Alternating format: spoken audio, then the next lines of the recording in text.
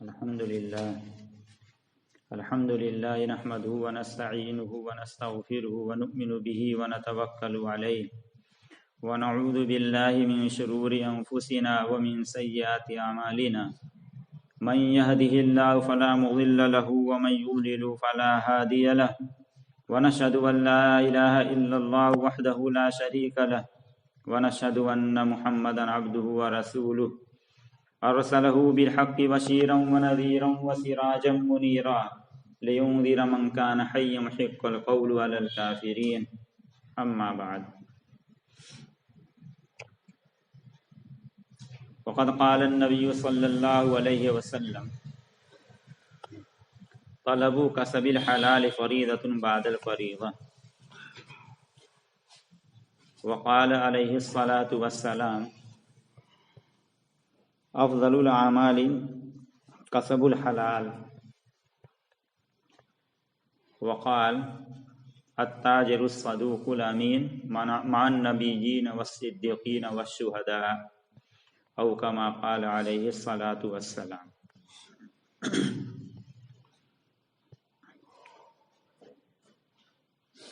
محترم سامعین،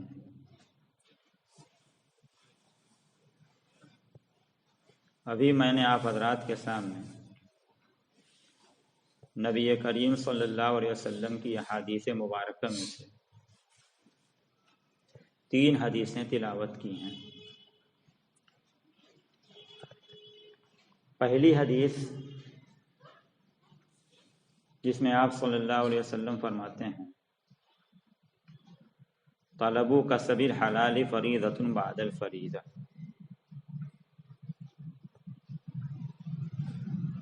حلال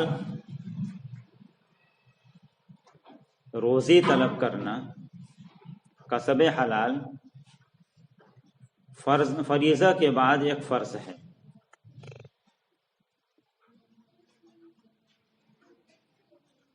یہ حدیث اگرچہ سند کے اعتبار سے ضعیف ہے، لیکن معنی کے اعتبار سے یہ حدیث بالکل درست اور صحیح ہے۔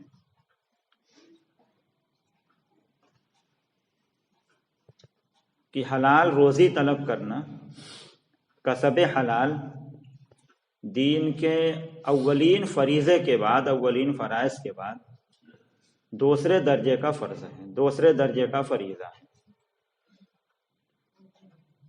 دین کے اولین فرائض تو ہر مسلمان جانتا ہے، نماز پڑھنا، روزہ رکھنا، زکوٰۃ ادا کرنا، حج کرنا، اور بھی اس کے علاوہ فرائض ہر مسلمان جانتا ہے۔ نبی کریم صلی اللہ علیہ وسلم فرما رہے ہیں کہ دین کے فریضے کے بعد، اولین فرائض کے بعد دوسرے درجے کا فریضہ حلال روزی تلاش کرنا، حلال روزی طلب کرنا ہے۔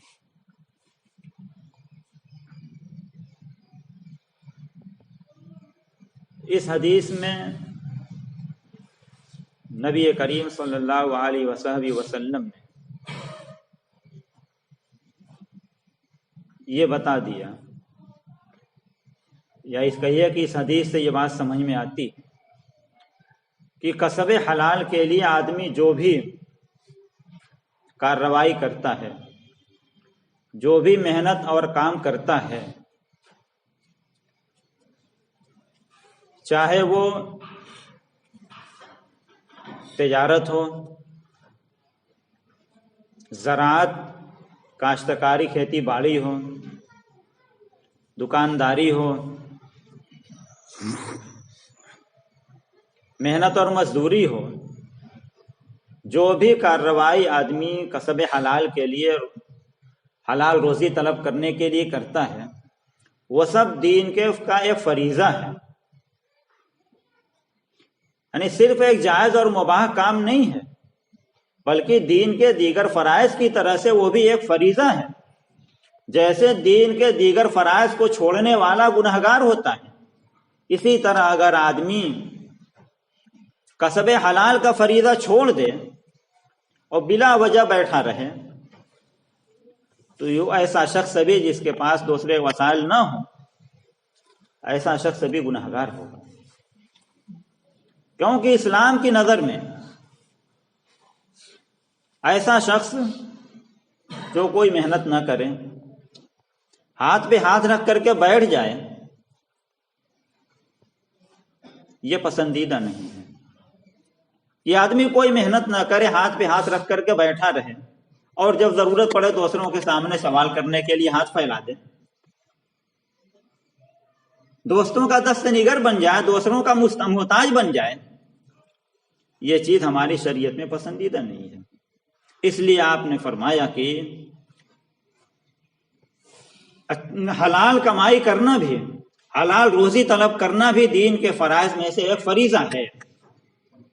اسلام یہ نہیں چاہتا کہ آدمی ہاتھ پہ ہاتھ رکھ کر کے بیٹھا رہے اور جب ضرورت پڑے، کھانے ضرورت پڑے، پینے ضرورت پڑے، دوسروں کے سامنے ہاتھ پھیلا دے۔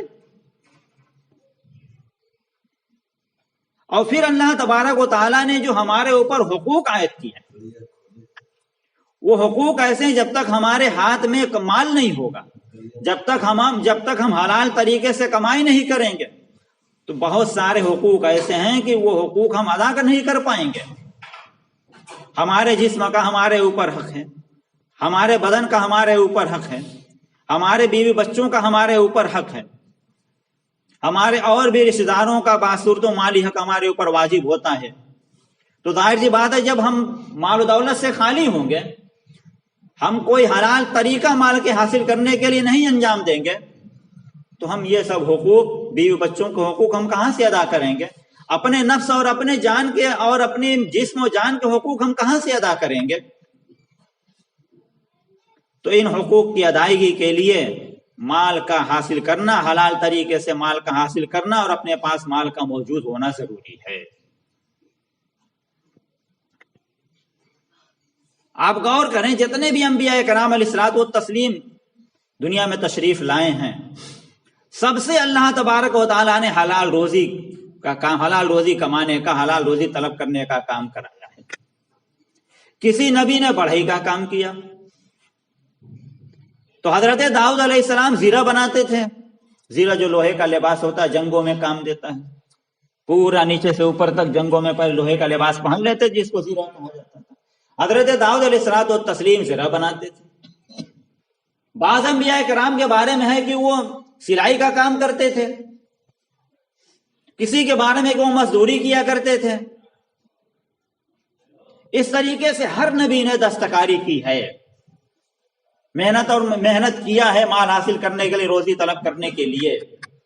خود آقا نامدار جناب محمد الرسول اللہ صلی اللہ علیہ وسلم کے بارے میں تو صاف ہے کہ آپ نے بکریاں بھی چرائی ہیں۔ خود آپ فرماتے تھے کہ میں نے مکہ کے اجیات پہاڑوں پر بکریاں چرائی ہیں، اجیات پہاڑ پر بکریاں چرائی ہیں۔ اور حضرت خدیجہ الکبریٰ رضی اللہ تعالیٰ عنہ کا مال لے کر کے تجارت کرنا، مداربت کے طریقے پر یا جو بھی طریقہ رہا ہو تجارت کرنا، اور تجارت کے لیے 2 دفعہ ملک شام کا سفر کرنا، یہ ثابت ہے آپ صلی اللہ علیہ وسلم کے بارے میں۔ اور یہ بھی آتا ہے کہ آپ نے کاشتکاری بھی کی ہے، مقام جرف میں آپ نے زراعت اور کاشتکاری کا کام کیا، کھیتی باڑی کا کام کیا ہے۔ تو آپ نے محنت میں مزدوری بھی کی دوسروں کے یہاں، بکریاں بھی چرائیں، تجارت بھی کیا۔ آپ ایسے ہی اپاہج بن کر کے نہیں بیٹھے رہا کرتے تھے، دوسروں کے دست نگر اور محتاج بن کر کے نہیں بیٹھتے تھے۔ آپ نے محنت مزدوری کیا، تجارت کیا، کاشتکاری کیا، بہت سارے کام کیے۔ تو اگر آدمی کوئی مزدوری کر رہا ہے، یہ سوچ کر کے مزدوری کر رہا ہے کہ آقا نے مزدوری کی ہے، کوئی کھیتی باڑی کرنے والا، کاشتکاری کرنے والا یہ سوچ کر کے کاشتکاری کر رہا ہے کہ آقا نے کاشتکاری کی ہے، کوئی تجارت کرنے والا، دکان ڈلیہ رکھنے والا یہ سوچ کر کے کر رہا ہے کہ نبی پاک صلی اللہ علیہ وسلم نے تجارت کی ہے، تو اس کی یہ تجارت سنت بنے گی۔ اس لیے تجارت کر رہا ہے، اس لیے محنت کر رہا ہے، اس لیے مزدوری کر رہا ہے کہ میں اس سے اپنے بیوی بچوں کے حقوق ادا کروں گا، اپنے والدین کے حقوق ادا کروں گا، اپنے نفس اور اپنے جان کے حقوق ادا کروں گا۔ تو اس کی وہی تجارت جس کو وہ دنیا سمجھ کر کے کرتا ہے، وہی تجارت دین ہے، وہی تجارت فریضہ ہے دیگر فرائض کی طرح سے۔ دوسرے فرائض کے بعد ایک فریضہ ہے وہی تجارت. تو معلوم ہوا کہ ایسا کام تجارت کا کام کہ کھیتی باڑی کا کام دکانداری کا کام جس کو ہم دین سمجھ کے کر گئے بلکہ ہم دنیا جانتے ہیں کہ دنیا کا کام ہے، اگر آدمی وہی صحیح نیت سے کرتا ہے وہی کام تو وہی دین بن جاتا ہے. جس کو ہم دنیا سمجھ رہے تھے وہی دین ہے. وہ حضرات انبیاء کرام علیہ الصلوۃ والتسلیم کا کام ہے.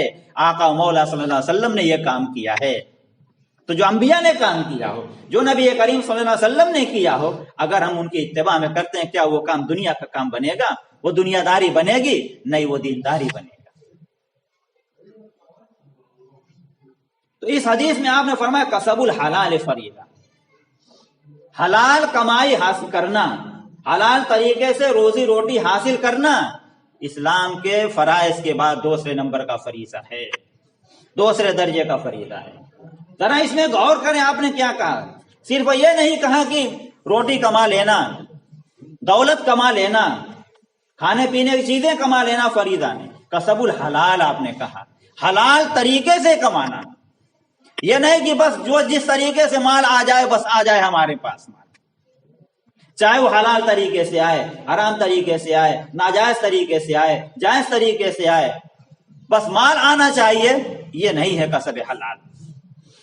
کسب الحلال آپ نے فرمایا، طلب و کسب الحلال، حلال کمائی کرنا، کسب حلال کرنا، یہ کسب حلال کو طلب کرنا یہ فریضہ ہے.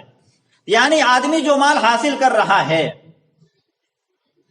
اس میں غور کرے کہ میں یہ جو مال کما رہا ہوں، میں نے مال کمانے کا جو طریقہ اپنایا ہے، آیا یہ طریقہ شریعت کے مطابق ہے یا شریعت کے خلاف ہے، جائز طریقے سے ہے یا ناجائز طریقے سے ہے.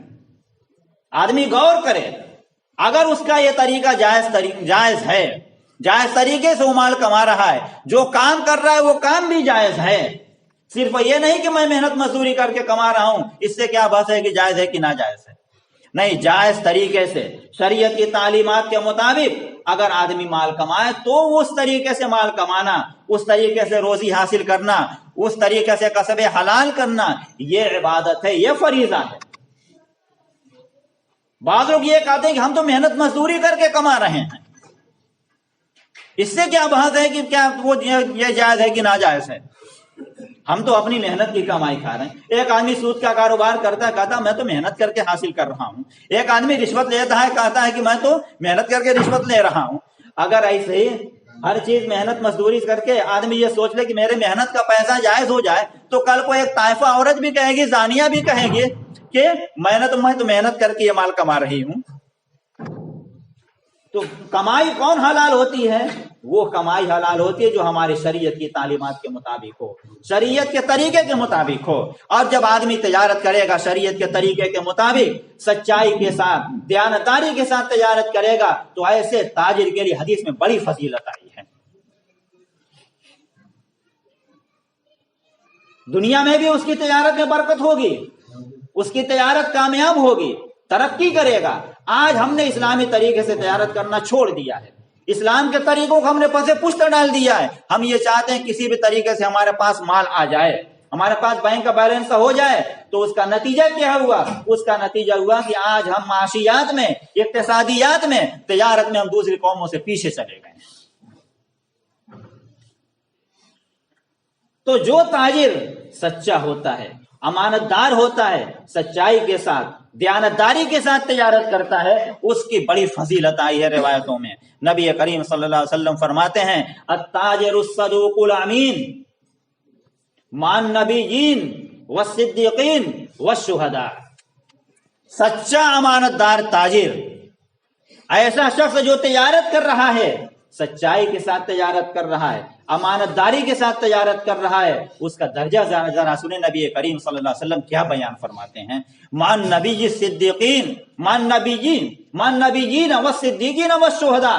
ایسے شخص کا درجہ حضرات انبیاء کرام کے درجے کی طرح سے بلند ہوگا. ایسے شخص کا درجہ صدیقین کے درجے کی طرح بلند ہوگا. ایسے شخص کا مقام و مرتبہ شہیدوں کے مقام و مرتبے کی طرح سے بلند ہوگا. اس کا حشر کل قیامت کے میدان میں اس کا حشر ہوگا انبیاء کرام علیہ الصلوۃ والتسلیم کے ساتھ. قربان جائیے ایسے تاجر پر جس کا حشر ہوگا کل قیامت کے میدان میں حضرات انبیاء کرام علیہ الصلوۃ والتسلیم کے ساتھ. اس کا حشر ہوگا صدیقین کے ساتھ. صدیقین کا مرتبہ انبیاء کرام کے بعد مرتبہ ہوتا ہے صدیقین کا. اس امت میں حضرات انبیاء کرام کے بعد سب سے اونچا مرتبہ صدیقین کا مرتبہ ہے. تو نیک تاجر کا، امانت دار تاجر کا، سچے تاجر کا حشر حضرات انبیاء کرام علیہ الصلوۃ والتسلیم کے ساتھ ہوگا، صدیقین کے ساتھ ہوگا، شہیدوں کے ساتھ ہوگا. شہید کس کو کہتے ہیں؟ جو اللہ کے راستے میں اپنے جان کی بازی لگا دے. تو امانت دار تاجر کو کل قیامت کے دن صدیقین، انبیاء کرام اور شہیدوں کے مرتبے پر پہنچائے، اس کے مرتبے پر فائز کی، ان کے مرتبے کے مناسب اس کو مرتبہ ملے گا، اتنا اونچا مقام اس کو عطا کیا جائے گا. لیکن ساتھ میں نبی کریم صلی اللہ علیہ وسلم ایک دوسری روایت میں اور فرماتے ہیں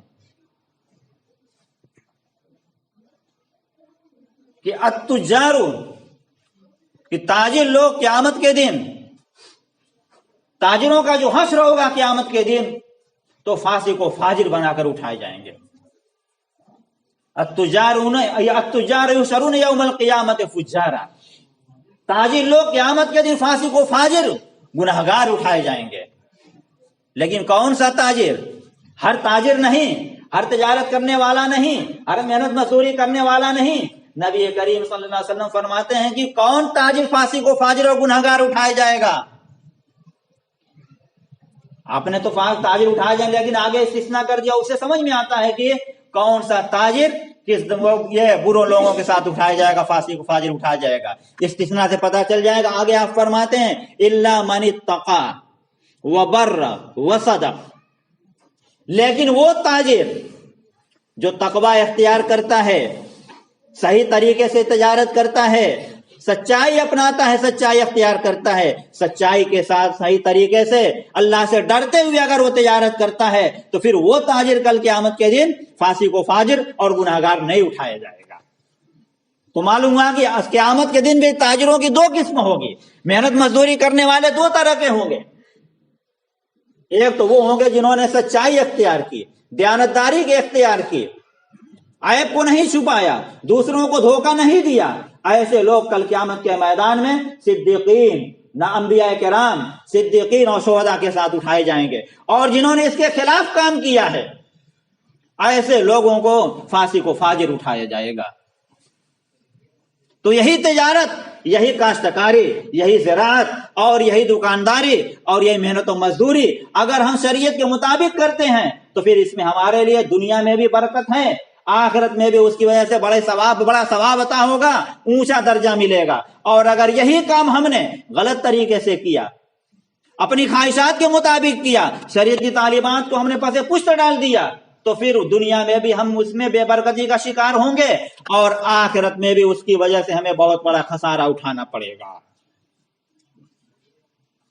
ایک روایت میں نبی کریم صلی اللہ علیہ وسلم فرماتے ہیں فَإِن صَدَقَا، اگر تاجر لوگ سچائی اختیار کریں، وَبَيَّنَا، اور واضح طریقے سے معاملہ کریں، اس کے اندر عیب وغیرہ نہ چھپائیں، بالکل واضح کر کے بینا، واضح کر کے معاملہ کریں، تو پھر بورک لہما فی بیعہما، تو ایسے لوگوں کی تجارت میں، ان کی خرید و فروخت میں برکت عطا کی جاتی ہے. وَإِن كَتَمَا وَكَذَبَا، اور اگر وہ پورے طریقے سے معاملہ واضح نہیں کرتے، چھپا کر کے کرتے ہیں، آئے بھائی تو اس کو چھپا دیتے ہیں، کوئی خرابی ہے تو اس کو چھپا دیتے ہیں، لوگوں سامنے والوں پر کو دھوکہ دے دیتے ہیں، تلبیس کر دیتے ہیں، تو اور جھوٹ بولتے ہیں، تو نبی کریم صلی اللہ علیہ وسلم فرماتے ہیں محقت برکتہما، تو دونوں آدمی، تو ان کی برکت کو مٹا دیا جاتا ہے، ختم کر دیا جاتا ہے. ہم لوگ برکت کی قدر و قیمت نہیں جانتے، ہم مال کی گنتی کی قدر و قیمت جانتے ہیں لیکن برکت کی قدر و قیمت نہیں جانتے ہیں. ہم سوچتے ہیں ہمارے پاس اتنا بینک بیلنس ہے لہذا ہم بہت بڑے مالدار ہیں، اور ہم برکت کی قدر و قیمت نہیں جانتے، جس کی وجہ سے ہمیں اس کی اہمیت کا پتہ نہیں ہے. برکت کا نام کس کا ہے؟ آدمی کے پاس بینک بیلنس بہت ہے، کروڑ پتی ہے، لیکن اس کو دل کا سکون نہ ہو، پریشان ہو، سکون حاصل نہ ہو، اس کا مطلب کہ اس کو برکت حاصل نہیں ہے. مال تو آدمی اس لیے کماتا ہے کہ اس کو سکون ملے گا، وہ